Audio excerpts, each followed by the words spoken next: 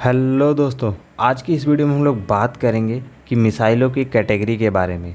आज हम लोग बात करेंगे क्रूज और बैलिस्टिक मिसाइल के बारे में। अगर बात करें क्रूज मिसाइल के बारे में तो क्रूज मिसाइल की रेंज बहुत ही कम होती है। सभी क्रूज मिसाइल की रेंज 1000 किलोमीटर से कम ही होती है, क्योंकि इनकी हाइट बहुत कम होती है। यह बहुत नीचे से उड़ती हैं। हमला करने के लिए जब भी जाती हैं तो ये बहुत नीचे से जाती हैं, इसलिए इसे ट्री पैड भी कहा जाता है, क्योंकि यह पेड़ की ऊंचाई पर ही लगभग उड़ती हैं। यह टैक्टिकल मिसाइलें होती हैं। टैक्टिकल यानी यह ज़्यादा बड़ा हमला नहीं करती हैं कि जैसे तबाही मचा दें, बहुत बड़ा कुछ कर दें, ऐसा नहीं। ये जैसे किसी टैंक, गाड़ी, बंकर वगैरह को उड़ाने के लिए यूज किया जाता है। बड़ा हमला करना होता है तो बैलिस्टिक मिसाइलों का प्रयोग किया जाता है। जो क्रूज मिसाइलें होता है उसमें जेट इंजन लगा होता है। और यह जेट इंजन क्यों लगा होता है? क्योंकि क्रूज मिसाइलें बहुत नीचे उड़ती हैं तो इन्हें ऑक्सीजन बाहर से ही मिल जाता है, तो इसलिए इसमें क्रूज मिसाइल लगाया जाता है। जो जेट इंजन होता है ऑक्सीजन बाहर से ही ले लेता है। अगर इसमें रॉकेट इंजन लगाया जाए तो इसमें एक ऑक्सीजन का सिलेंडर अलग से लगाना पड़ेगा, तो इसलिए हम इसमें जेट इंजन का प्रयोग करते हैं, क्योंकि ऑक्सीजन बाहर से ही ले ली जाती है। कोई भी मिसाइल कितना डैमेज देगी ये उसमें रखा पेलोड डिपेंड करता है। मिसाइल का तो काम है बस पेलोड को वहां तक पहुंचाना। जैसे किसी टैंक को मारना है, यहाँ से हमने मिसाइल को फायर किया, वहाँ मिसाइल विस्फोटक के लेके साथ में जाएगी, और जिससे बिल्कुल आगे में विस्फोटक रखा होता है, और जैसे ही टैंक से विस्फोटक की टक्कर होगी वह फट जाएगा। तो मारने का काम विस्फोटक करता है, उसे ले जाने का काम मिसाइल करती है। अब बात करते हैं बैलिस्टिक मिसाइल के बारे में। बैलिस्टिक मिसाइलों की रेंज ज्यादा होती है, ज्यादा मतलब बहुत ज्यादा है। ये 8000 10,000 किलोमीटर तक मार करने में सक्षम होती हैं।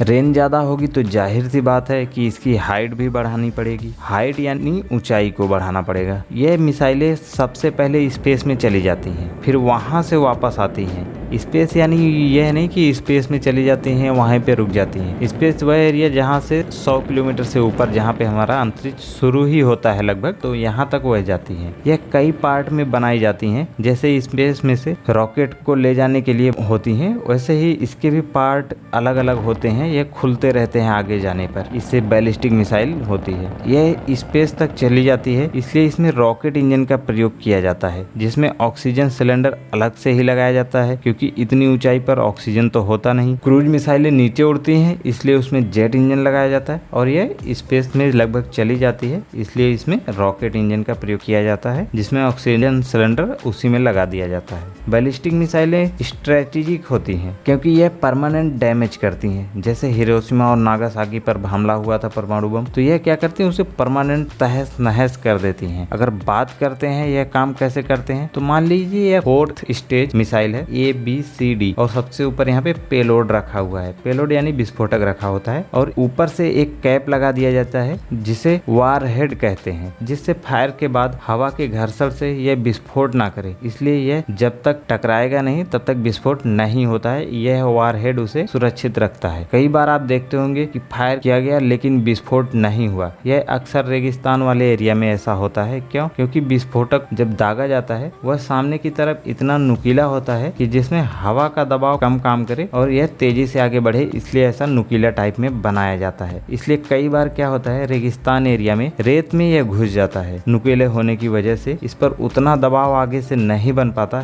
कि यह विस्फोट कर पाए। यहाँ से एक बैलिस्टिक मिसाइल का फायर किया गया, थोड़ी ऊपर जाकर फर्स्ट स्टेज खुलकर नीचे गिर गया, फिर सेकेंड स्टेज, थर्ड स्टेज और फोर्थ स्टेज, लास्ट में पेलोड वाला रह गया। अब पेलोड में केवल पेलोड नहीं होता, जिसमें एक डिकॉय सिस्टम लगा होता है। डिकॉय क्या होता है? यह एक ऐसा एलिमेंट होता है जो रडार से आने वाले तरंग को आकर्षित करके सोख लेता है और वापस नहीं जाने देता, जिससे रडार को चकमा दिया जा सकता है। मान लीजिए आपने इतना मेहनत करके इतनी बड़ी मिसाइल को मार दिया किसी भी देश पे, अब वहां पे जाने के बाद अगर उसके रडार में आ गई मिसाइल तो आपका तो सारा प्लान फेल हो सकता है। इसलिए इसमें डिकॉय सिस्टम लगाया जाता है, जिससे यह रडार को भी चकमा दे दे और वहां पे हम हमला कर पाए, विस्फोट कर पाए। अब बात करते हैं गाइडेड और अनगाइडेड मिसाइलें किसे कहते हैं। देखिए, फायरिंग के बाद ऐसी मिसाइलें जिसे गाइड किया जा सके, यानी उसे घुमाया जा सके, तो ऐसी मिसाइलों को क्या कहते हैं? गाइडेड मिसाइल कहते हैं। इसमें विंग्स लगे होते हैं, जिससे इसमें इसके रास्ते को बदला जा सके। इनकी स्पीड थोड़ी कम होती है। स्पीड कम क्यों होती है कि जैसे आपने मान लीजिए कहीं पे फायर किया, उसमें लगा रडार या कैमरे से आप देख रहे हैं मिसाइल जा रहा है, तो अगर आपको वहाँ पे एनिमी दिख गया तो वहाँ पे अगर स्पीड में होगा तो जब तक आप घुमाएंगे उसे तब तक वह आगे निकल जाएगा। इसलिए क्या करते हैं, इसकी स्पीड स्लो रखते हैं थोड़ा। और ऐसी मिसाइलें जिसे गाइड नहीं किया जा सकता, इसमें विंग्स वगैरह नहीं होते, एक ही बार में टारगेट सेट कर दिए कि यहाँ को मारना है तो बस वहीं पे ताबड़तोड़ हमला करने के लिए जानी जाती हैं। इसमें विंग्स वगैरह कुछ भी नहीं लगे होते, ये बहुत ही तेज होती है। तो उम्मीद है गाइस आपको ballistic missile, cruise missile, guided unguided missile समझ में आ गया होगा। बाकी आपकी राय क्या है हमें कमेंट करके जरूर बताइएगा।